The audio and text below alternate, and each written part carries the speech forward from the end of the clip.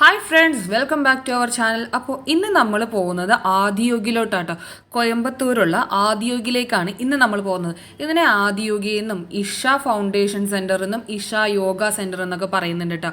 അപ്പോൾ പ്രോപ്പറായിട്ടുള്ള കോയമ്പത്തൂരാണ് നമ്മുടെ ഈ ആദിയോഗി സ്ഥിതി ചെയ്യുന്നത്.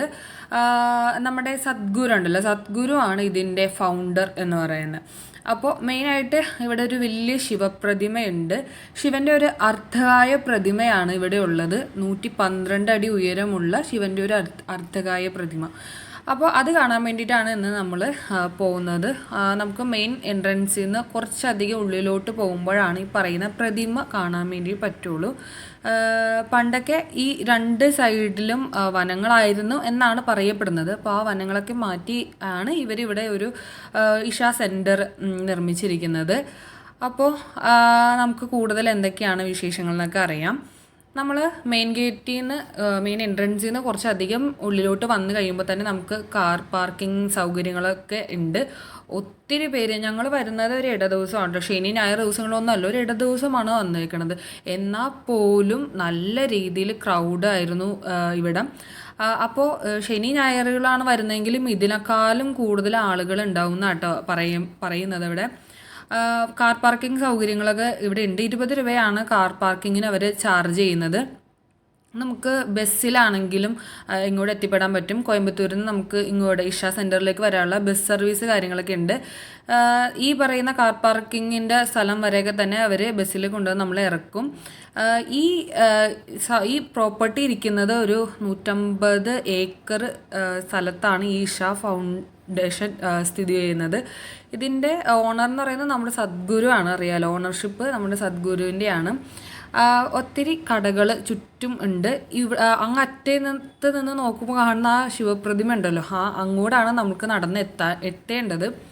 ഒത്തിരി പേര് വന്നിട്ടുണ്ട്. ഞങ്ങളിവിടെ എത്തിച്ചേർന്നത് ഏകദേശം ഒരു 5 മണി 5:30 ആ ഒരു ടൈമിലാണ് ഇവിടെ എത്തിച്ചേർന്നത്. ആ ടൈമിൽ തന്നെ നല്ല രീതിയിൽ ആളുകൾ ഉണ്ടായിരുന്നു കേട്ടോ. ഒരു 7 മണി എന്നാണ് പറയുന്നത്. 7 മണി 7:15 ആകുമ്പോഴത്തേനും ഇവിടുത്തെ ലേസർ ഷോ സ്റ്റാർട്ട് ചെയ്യും. അപ്പോൾ അത് കാണാൻ വേണ്ടിയിട്ടും ആ ടൈം ആകുമ്പോഴത്തേനും കുറേ അധികം ആളുകളൊക്കെ എത്തിയിട്ടുണ്ടായിരുന്നു കേട്ടോ. ഇതിലും ഏറെ തിരക്കുണ്ടായിരുന്നു രാത്രിയായ ലേസർ ഷോ സ്റ്റാർട്ട് ചെയ്ത ടൈമിൽ. അപ്പോൾ ഇതിൻ്റെ ഈ ചുറ്റുമുള്ള ഈ കടകളിലൊക്കെ ചെറുതായിട്ടുള്ളത് കണ്ടോ, ശിവൻ്റെ തന്നെ പല വലിപ്പത്തിലുള്ള പ്രതിമകൾ കാര്യങ്ങളൊക്കെ ഉണ്ട്. 13,750 രൂപയ്ക്കാണ് ഈ ഒരു പ്രതിമയ്ക്ക് കാണുന്നത്. അങ്ങനെ ഒത്തിരി പ്രതിമകൾ കാര്യങ്ങളൊക്കെ ഉണ്ട്. ടീഷർട്ടുകളിലൊക്കെ ശിവൻ്റെ പിക്ചർ പ്രിൻ്റ് ചെയ്തിട്ടുള്ള ടീഷർട്ട് കാര്യങ്ങളൊക്കെ അവിടെ അവൈലബിൾ ആയിട്ടുണ്ടായിരുന്നു. ഒത്തിരി പേരൊക്കെ അത് പർച്ചേസ് ചെയ്യുന്നുണ്ടായിരുന്നു കേട്ടോ. അപ്പോൾ ഈ പറയുന്ന പ്രോപ്പർട്ടിയുടെ ചുറ്റുമായിട്ട് ഇത് കണ്ടോ, നല്ല ഭംഗിയായിട്ട് മലനിരകളാണുള്ളത്. അങ്ങ് ദൂരെ കോട ഇറങ്ങിയ മലനിരകളിലോട്ടൊക്കെ കോട ഇറങ്ങി നല്ല ബ്യൂട്ടിഫുള്ളായിട്ട് ഉള്ള ഒരു ആംബിയൻസ് ആയിരുന്നു. ശരിക്കും വീഡിയോയിലൂടെ ഒന്ന് കണ്ടു കഴിഞ്ഞാൽ നമുക്ക് ഈ ഒരു സ്ഥലത്തിൻ്റെ ഭംഗി അത്ര എടുത്ത് പറയാൻ വേണ്ടി അല്ലെങ്കിൽ എടുത്ത് കാണാൻ വേണ്ടി പറ്റില്ല. നിങ്ങൾ എന്തായാലും ഒരു ദിവസം ഈ കോയമ്പത്തൂർ വന്നിട്ട് ഈഷ ആദിയോഗിയിൽ വന്നിട്ട് ഇതൊന്ന് എക്സ്പ്ലോർ ചെയ്യേണ്ടതാണ്. അത്ര അടിപൊളിയായിട്ടുള്ളൊരു എക്സ്പീരിയൻസ് ആയിരുന്നു ഇത്. വളരെ കാം ആൻഡ് കൂളായിട്ടുള്ളൊരു അറ്റ്മോസ്ഫിയർ എന്നൊക്കെ പറയില്ലേ, അത് തന്നെയായിരുന്നു. ശരിക്കും ഇവരിത് സ്റ്റാർട്ട് ചെയ്തത് ഒരു യോഗ സെൻറ്റർ എന്നുള്ളൊരു കോൺസെപ്റ്റിലായിരുന്നു. പക്ഷേ ഇപ്പോൾ ഒത്തിരി ടൂറിസ്റ്റുകൾ ഇവിടെ വരുന്നുണ്ട്. ഒരു യോഗ മെഡിറ്റേഷൻ പറ്റിയതുപോലെയുള്ള ഒരു പീസ്ഫുൾ ആംബിയൻസ് ഇപ്പം ഉണ്ടെന്ന് പറയാൻ പറ്റില്ല. കാരണം ക്രൗഡ് കൂടുന്നതനുസരിച്ച് ഒച്ചയും ബഹളമൊക്കെ കൂടുതൽ തന്നെയാണ് ഞങ്ങൾ ഈ ചെന്ന ടൈമിലുണ്ടായിരുന്നത്. എനിക്ക് തോന്നുന്നത് സീസൺ അല്ലാത്ത ടൈമിലൊക്കെ അത്യാവശ്യം ആളുകൾ കുറവായിരിക്കും. ഇതിപ്പോൾ ഞങ്ങൾ ചെയ്യുന്നത് ശിവരാത്രി അടുക്കാറായൊരു ടൈമിലായിരുന്നു. ശിവരാത്രിയുടെ ടൈമിലല്ല, അത് ശിവരാത്രി അടുക്കാറായുള്ള ടൈമിലായതുകൊണ്ടാണോ എന്നറിയില്ല ഇത്രയും തിരക്ക് ഇവിടെ ഉണ്ടായിരുന്നത്. പക്ഷേ ഉച്ച സമയങ്ങളിലൊക്കെ ചിലവാണെങ്കിൽ ഇത്രയും ക്രൗഡ് ഉണ്ടാവില്ല. അപ്പോൾ ചിലപ്പോൾ നമുക്ക് ഒന്നും കൂടി പീസായിട്ടുള്ള ഒരു അന്തരീക്ഷമായിരിക്കാം ഉണ്ടായിരിക്കുക. നമ്മൾ ചെന്നപ്പോൾ ഒരു 5 മണി 5:30, കാര്യം ആ ലേസർ ഷോ കാണുന്നുള്ളതും കൂടി കണക്കൂട്ടിയിട്ടാണ് നമ്മൾ ആ ടൈമിൽ അവിടെ എത്തിയത്. അപ്പോൾ അത്യാവശ്യം നല്ല രീതിയിൽ ആളുകളുണ്ടായിരുന്നു. അതേപോലെ തന്നെ ഒച്ചയും ബഹളം കാര്യങ്ങളൊക്കെ ഉണ്ടായിരുന്നു കേട്ടോ. നമ്മൾ അവിടെ നിന്നേ ദൂരെ നിന്ന് നടന്ന് നമ്മളിപ്പോൾ ശിവപ്രതിമയുടെ അടുത്ത് വരെ എത്തി. ഇനിയും ഉണ്ട്, നമുക്ക് തൊട്ടടുത്ത് വരെ പോകാൻ വേണ്ടി പറ്റും. പക്ഷെ അവിടെ തൊടാനൊന്നും പറ്റില്ല കേട്ടോ ശിവപ്രതിമേനെ. ഇതാണ് നമ്മുടെ സദ്ഗുരു എന്ന് പറയുന്നത്, ഇതിൻ്റെ ഫൗണ്ടർ സദ്ഗുരു. ഇപ്പോൾ അദ്ദേഹത്തിൻ്റെ എന്തോ കാര്യങ്ങളൊക്കെ അവിടെ റൺ ചെയ്യുന്നുണ്ടായിരുന്നു ആ ഒരു ബോർഡിൽ. പിന്നെ നമുക്കപ്പോൾ ശിവപ്രതിമയുടെ അടുത്തുകൊണ്ട് പോകണം.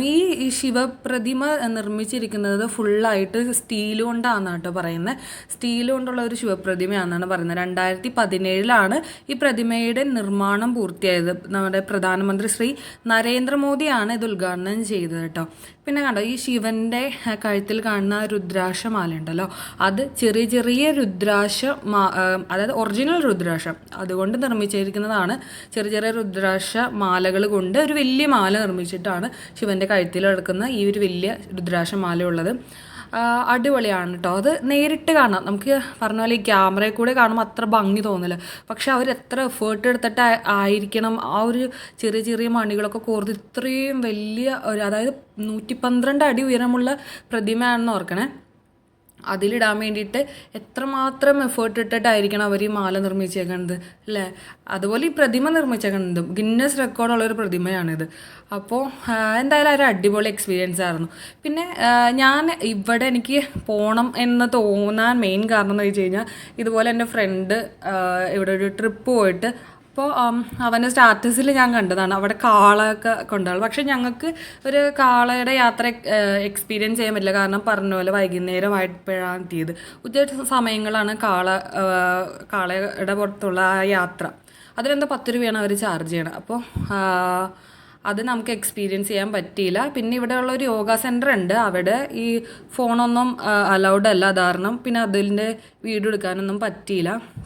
അപ്പം അങ്ങനെ നമ്മുടെ ലേസർ ഷോ സ്റ്റാർട്ട് ചെയ്തേക്കാണ്. 7 മണിക്കാണ് ലേസർ ഷോ സ്റ്റാർട്ട് ചെയ്യുന്ന അവിടെ ബോർഡുകളിലൊക്കെ ഉണ്ടായത്. പക്ഷേ 7:15 ആയപ്പോഴത്തേനും ആണ് നമ്മുടെ ലേസർ ഷോ കാര്യങ്ങളൊക്കെ സ്റ്റാർട്ട് ചെയ്തത്.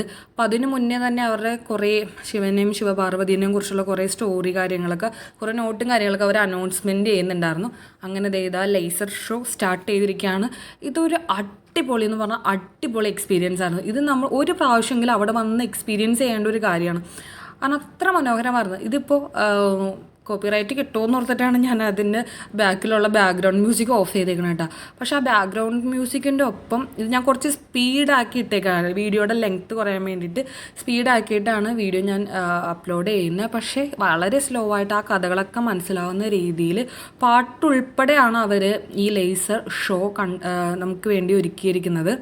അടിപൊളിയായിട്ടുള്ളൊരു എക്സ്പീരിയൻസ് ആണ്. ഒരു പ്രാവശ്യമെങ്കിലും അവിടെ പോയത് കാണാമെന്നുള്ളത് അതൊരു എന്താ പറയുക, എനിക്കത് വളരെയധികം ഇഷ്ടപ്പെട്ടൊരു യാത്രയായിരുന്നു. അപ്പോൾ നിങ്ങൾക്ക് നിങ്ങളുടെ ഫാമിലി ആയിട്ട് കോയമ്പത്തൂർ പോകുന്നുണ്ടെങ്കിൽ ഇവിടെ പോയി ഒരു ദിവസം സ്പെൻഡ് ചെയ്യാവുന്നതാണ്. ഇഷ സെൻറ്റർ, യോഗ സെൻറ്ററുകളൊക്കെ ഉണ്ട് അവിടെ അടുത്ത് തന്നെ. അപ്പോൾ അവിടേക്ക് ഒന്ന് പോയി കാണാവുന്നതാണ്. പിന്നെ ഇതുപോലെ തന്നെ വണ്ടിയിൽ യാത്ര ചെയ്യാനുള്ള ഒരു എക്സ്പീരിയൻസ് ഒക്കെ അടിപൊളിയായിരുന്നു. അങ്ങനെ ഇതോടുകൂടി ലേസർ ഷോ അവസാനിച്ചു. അപ്പോൾ ഇതൊക്കെയാണ് നമ്മുടെ ഇസ യോഗ സെൻറ്ററിൻ്റെ വിശേഷങ്ങൾ, അല്ലെങ്കിൽ ആദിയോഗിയിലെ വിശേഷങ്ങൾ. അപ്പോൾ ഇത്രയേ ഉള്ളൂ. പിന്നെ ഇത് ലേസർ ഷോ കാര്യങ്ങളൊക്കെ കഴിഞ്ഞിട്ട് നമ്മൾ തിരിച്ച് വീട്ടിലോട്ട് പോവാണ്. ഒരു 10-15 മിനിറ്റത്തെ ലേസർ ഷോ ആയിരുന്നു ഇത്. ഇതെല്ലാം കഴിഞ്ഞു. അപ്പോൾ നമ്മൾ തിരിച്ചു പോകാമായിരുന്നു. അപ്പോൾ എല്ലാവരും ഈ എക്സ്പീരിയൻസ് മിസ്സാക്കരുത് കേട്ടോ. അപ്പോൾ എല്ലാവർക്കും ഹാപ്പി ആയി.